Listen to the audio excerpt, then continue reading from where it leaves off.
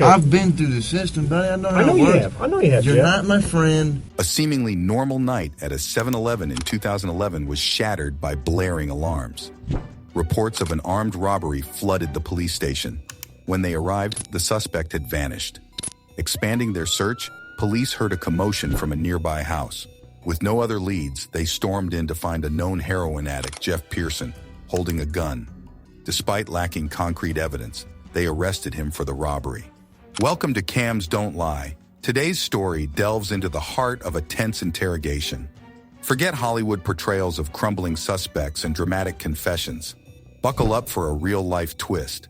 A man wrongly accused, armed with nothing but his wits and knowledge of the law, turns the tables on the police. I don't have... What the fuck are you talking about? The gun you were sitting on. I was sitting on? Yeah. What the fuck are you talking about? Over at Aaron's house. This is a masterclass in protecting your rights caught on camera. Pearson, the man they believed to be the culprit, was about to make history. Over the next 24 hours, under the harsh light of interrogation room cameras, Pearson would outsmart the police. Remarkably, this footage, captured in September 2011, wasn't released by the authorities, but by Pearson himself on his YouTube channel. This act cemented his status as a legend within the interrogation community, a man who outsmarted the system while battling horrific heroin withdrawal. Despite being held for a day, the interrogation itself only spanned a brief 15 minutes. Jeff Pearson's daring robbery in Georgia could have landed him in serious trouble. The state's sentencing guidelines for armed robbery are harsh, with a minimum of 10 years imprisonment and a maximum sentence of life without parole. However, Jeff's fate took a surprising turn. Instead of facing a multi-decade prison sentence, he spent the next 24 hours in an interrogation room, not as a prisoner subjected to grueling questioning, but as a teacher delivering a masterclass in surviving police custody. The now infamous footage, uploaded to YouTube by Jeff himself, offers a fascinating glimpse into police interrogation tactics and how to counter them. We see Jeff sitting handcuffed in a stark, windowless room. He's clad in prison scrubs, indicating he's likely been processed and held in a cell while the police built their case. Jeff wastes no time. I'm under arrest? Yeah, I'll explain everything, but before I explain myself to you, before we talk to each other, I need to read your rights, okay? What am I under arrest for? Well, like I said, I need to read your rights first. Obviously, the charge is robbery, okay? Yeah, I'll explain everything. I'm under arrest for robbery? You are, but let me read your rights real quick, okay? And then I'll explain it all to you. Is that okay? He immediately inquires about his arrest status and the charges against him. This opening move reveals Jeff's preparation. Before we ask you any questions, you must understand what your rights are. You have the right to remain silent. Anything you say can will be used against you in the court of law. You have the right to talk to the lawyer for advice before we question you, and have him or her with you during questioning. If you cannot afford to hire a lawyer and you want one, a lawyer will be provided for you. If you decide to answer questions now without a lawyer present, you'll still have the right to stop answering questions at any time. You also have the right to stop answering at any time that you want until you talk to the lawyer. Does that make sense? You've probably heard these before, haven't you? He knows his rights and understands the importance of asserting them from the outset. Here, the video presents a crucial lesson. Knowledge is power. By knowing your rights, you can navigate a police encounter with greater confidence and control. The interrogation then presents viewers with a critical choice point. Depending on the situation, you may not even be under arrest. If that's the case, Jeff demonstrates a powerful option. Politely but firmly inform the officers that you are not obligated to answer questions and are free to leave. This simple act can significantly alter the course of an interaction with law enforcement. Then let's talk about this. Let's I don't talk to the police, man. I think it's in your best interest to. How? Man. I don't talk to you're the sitting police. Here. Following his initial inquiries, things get even more interesting for Jeff. If the arrest is indeed legitimate, Jeff has another powerful tool at his disposal: the right to remain silent and to request an attorney. Exercising these rights can significantly impede the police investigation, giving you valuable time and space to build a strong defense. The irony, of course, is that American law enforcement officers are legally required to inform you of these very rights during an arrest. Do you understand your rights? Do you understand your rights, Jeff? Yes or no? You understand? We're getting paid more than you are, so we can sit here for a long time, man. I just need you to answer me yes or no. Do you understand your rights? Let's get through that question. Do you understand what I read you? Do you comprehend what I read you? This critical information, delivered through the Miranda warning, often gets lost in the stress and confusion of the moment. Many people, familiar with the Miranda warning from countless TV shows and movies, tune it out entirely. However, these three simple points, the right to remain silent, the right to an attorney, and the right to stop questioning if you request an attorney, are crucial for protecting yourself in police custody. The officer questioning Jeff omits a key detail, however. I'm not asking if you want to talk to me at this point. I just want to know, do you understand what I read to you? So am I under arrest? Yes, you're under arrest. Get me back to the cell. I don't talk to you, motherfucker. Okay, we're done.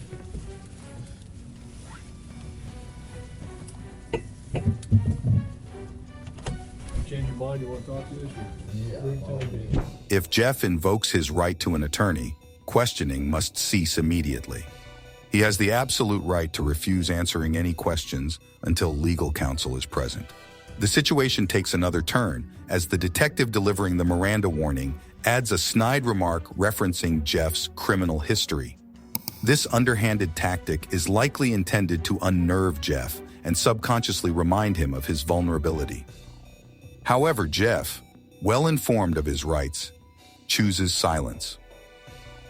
This simple act throws a wrench into the interrogation. The lead detective leans back in his chair, feigning indifference to Jeff's silence. We're getting paid more than you are, so we can sit here for a long time, man. I just need you to answer me yes or no. Do you understand your rights? Let's get through that question. Do you understand what I read you?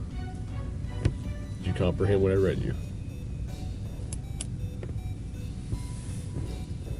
But this body language often betrays a sense of unease. The detective likely understands that extracting a confession from Jeff will be a challenge. In this first round, Jeff masterfully flips the script. He recognizes the lack of concrete evidence against him, and by exercising his right to remain silent, he asserts control over the situation. If you got something that says you didn't do this robbery, this is your chance to talk to us. Okay, good cop.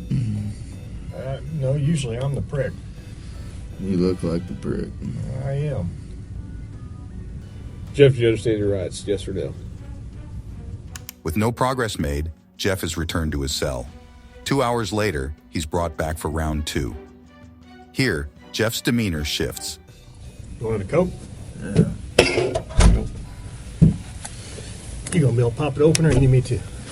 He immediately requests a soda, but more importantly, mentions the withdrawal symptoms he's likely already experiencing. I need methadone. He subtly hints at needing methadone, a medication used to treat heroin withdrawal. Methadone for? Cause I'm a fucking junkie and you guys, I can't get no methadone. I'm gonna go through withdrawal here in a minute. This introduces a new wrinkle, the potential complication of Jeff's addiction during police custody. Jeff's mention of withdrawal adds another layer of complexity. Methadone, besides reducing withdrawal symptoms, can also curb cravings. This creates a potential bargaining chip for Jeff, a way to potentially improve his situation during detention. Let's talk about this. Let's I not keep up I the don't act. talk to the police, man. I think it's in your best interest to. How? Man. I don't talk to you're the sitting police. Here. The interrogation resumes, and the detective adopts a more conversational approach. He tries to build rapport with Jeff by mentioning a lengthy prison sentence. Jeff, however, unimpressed, cuts through the pleasantries, clearly focused on his immediate release. He reminds the detective that he's familiar with the justice system and understands their tactics. He refuses to be manipulated. The focus then shifts to the alleged crime. The detective tries to trap Jeff with a poorly veiled accusation referencing an alias, Aubrey. But I will tell you right now, you're still on a hold for a robbery. I know. I don't know why. I need a fucking lawyer because obviously I didn't do nothing. Jeff, however, remains focused on his goal of freedom. He asserts his innocence and demands to be released. Jeff recounts his version of events, being at a friend's house when a police presence erupted outside. He maintains he was simply caught in the wrong place at the wrong time. A search produced nothing incriminating. Presented with a document, likely a statement for Jeff to sign, he refuses. The detective's insistence, contradicting his earlier claim of not needing a confession, adds a layer of irony to the situation. Despite the stress of the interrogation and the likely onset of withdrawal symptoms, Jeff displays a remarkable understanding of his rights and legal procedures. His clear and concise responses effectively counter the detective's attempts to pin the crime on him. The interrogation takes a concerning turn as the detective employs the Reed technique. Developed in the 1960s, this 9-step method is designed to manipulate suspects into confessing, even if they're innocent. It starts with a seemingly friendly discussion about the alleged crime, but progresses to using body language and suggestive actions to imply guilt. The technique culminates by offering the suspect two seemingly different statements, both of which subtly admit guilt. This method has been heavily criticized for its effectiveness in extracting false confessions, as evidenced by the very case that inspired its creation. Jeff, however, remains undeterred.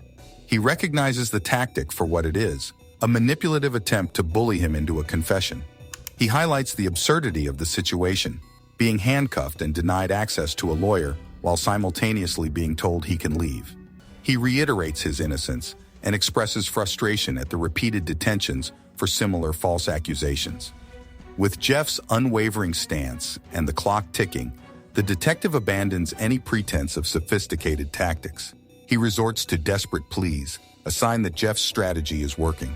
The interrogation descends further as the detective resorts to increasingly dubious tactics. He abandons the manipulative Reed technique and moves on to blatant threats. He fabricates evidence, implying he has incriminating information, when in reality, he's likely grasping at straws. I mean, you haven't been helpful to me at all. Because I don't believe that you got any evidence.